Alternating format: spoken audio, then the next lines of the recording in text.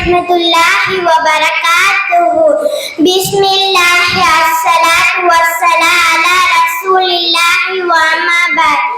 அல்லாஹ்வின் நல்லடியார்களே, உங்கள் மீதும் என் மீதும் அல்லாஹ்வின் சாந்தியும் சமாதானமும் உண்டாவதாக. நான் இன்று எடுத்திருக்கும் தலைப்பு சுவனத்தில் நுழைய வேண்டுமா. அல்லாஹ் இந்த உலகத்தை படைத்து பரிபாலித்துக் கொண்டிருக்கின்றான். எல்லாவற்றிற்கும் ஒரு நோக்கம் இருக்கிறது. அல்லாஹ் மனிதர்களை படைத்து அல்லாஹ்வை வணங்க வேண்டும் என்பதற்காக. மனிதனின் நோக்கம் சொர்க்கத்தை அடைய வேண்டும் என்பதுதான். அதை அடையதான் மனிதன் ஓடிக்கொண்டே இருக்கின்றான். அதைதான் சஹாபாக்களும் ஆசை கொண்டார்கள்.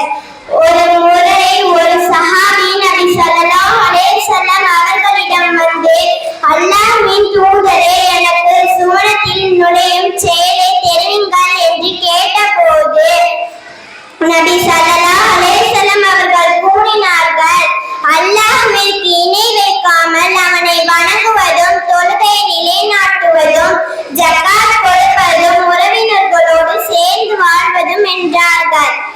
ஒரு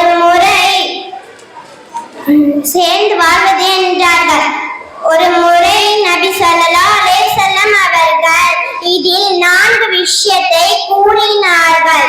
முதல் விஷயம் அல்லாஹ்விற்கு இணை வைக்காமல் இருப்பது. இன்றைய காலத்தில் அதிகமான மக்கள் ஷிர்கில் மூழ்கி இருக்கின்றார்கள். இது மாபெரும் அநியாயம் ஆகும். அல்லாஹ் இந்த உலகத்தை படைத்து அதில் உள்ள ஒவ்வொன்றையும் படைத்திருக்கின்றான்.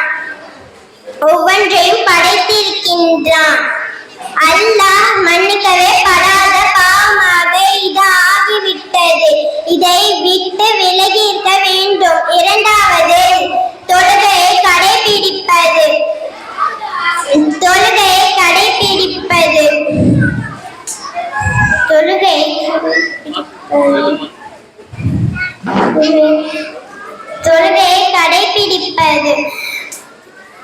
மனித சமுதாயம் அலட்சியமாக இருக்கும் ஒரு அமலாக இது ஆகிவிட்டது.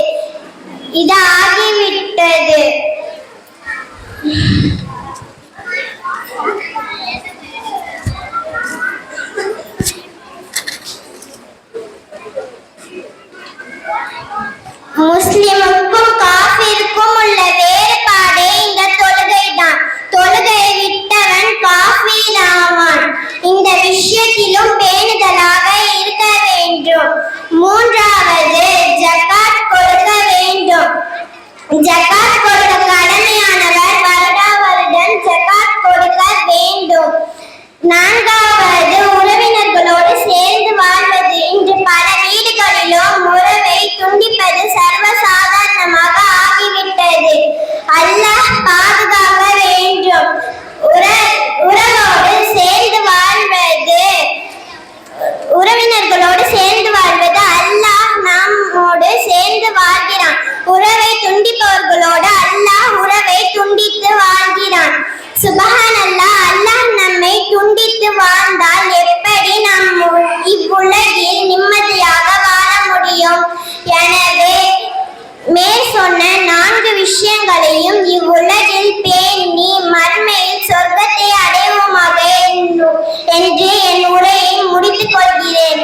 வாஹித் தவானா அல்ஹம்துலில்லாஹி ரப்பில் ஆலமீன்.